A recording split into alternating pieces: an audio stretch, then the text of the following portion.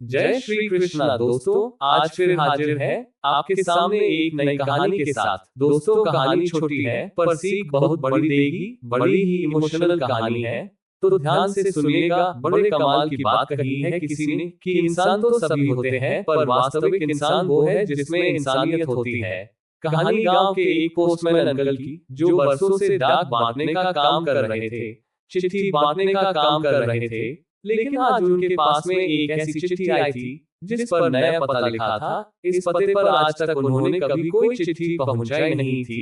सारी चिट्ठियां बांटने के बाद वो जब घर पहुंचे, जहां का पता लिखा हुआ था, चिट्ठी आई है, उसने आवाज लगाई। पोस्टमैन साहब को गुस्सा आ गया कि मैं इतनी दूर से चिट्ठी देने के लिए आया हूं और इस महारानी को अंदर से यहां तक आने में जोर आ रहा है। डाकिये ने जोर से कहा, अरे रजिस्ट्री है, हस्ताक्षर करने पड़ेंगे, बाहर आओ। अंदर से आवाज आती हूँ, 2 3 4 5 मिनट हो गए, अंदर से कोई नहीं आया। तो पोस्टमैन अंकल को और ज्यादा गुस्सा आ रहा था कि अजीब बात है, इतनी देर बाद भी कोई लेने नहीं आ रहा। अंदर से तकरीबन 5 मिनट के बाद दरवाजा खुला।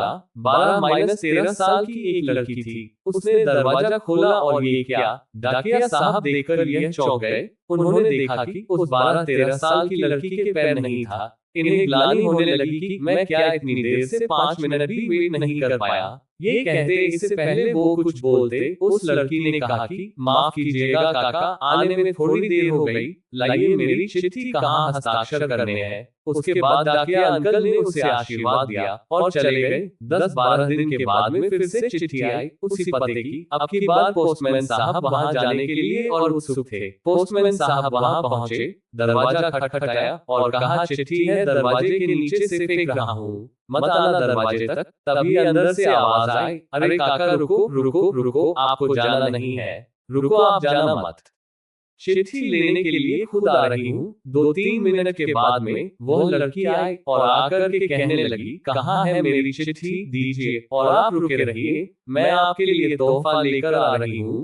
वह अंदर गई और वापस जब आई तो एक छोटा सा गिफ्ट था। डाकिया काका कहने लगे, क्या ये मेरे लिए है और क्यों? लड़की ने कहा, आप रख लीजिए, ज्यादा कुछ मत बोलिए, अपने दफ्तर जाकर के खोल लीजिएगा। तब तक नहीं, वादा रहा। पोस्टमैन साहब बच्ची को आशीर्वाद दे करके अपने दफ्तर आ गए। दफ्तर आकर के गिफ्ट खोला तो उसमें इनके लिए चप्पल थी। वो नंगे पैर डाक बांट रहे थे, किसी ने ध्यान नहीं दिया, लेकिन उस बच्ची ने ध्यान दिया और अपने काका के लिए चप्पल गिफ्ट कर दी। इनकी आंखें नाम थी, रो रहे थे और सोच रहे थे कि उस बिटिया ने मुझे चप्पल तो गिफ्ट कर दी, लेकिन मैं उसके लिए पैर कहां से लाऊंगा। दोस्तों, कभी कभी फिक्र करना भी जरूरी होता है, चाहे आप उनको जानते हो या नहीं। दोस्तों, कहानी अच्छी लगी हो तो माँ की इस कहानी को लाइक, शेयर और कमेंट अवश्य करें और हमारे चैनल को सब्सक्राइब जरूर कीजिएगा। जय श्री कृष्णा, हरि हर।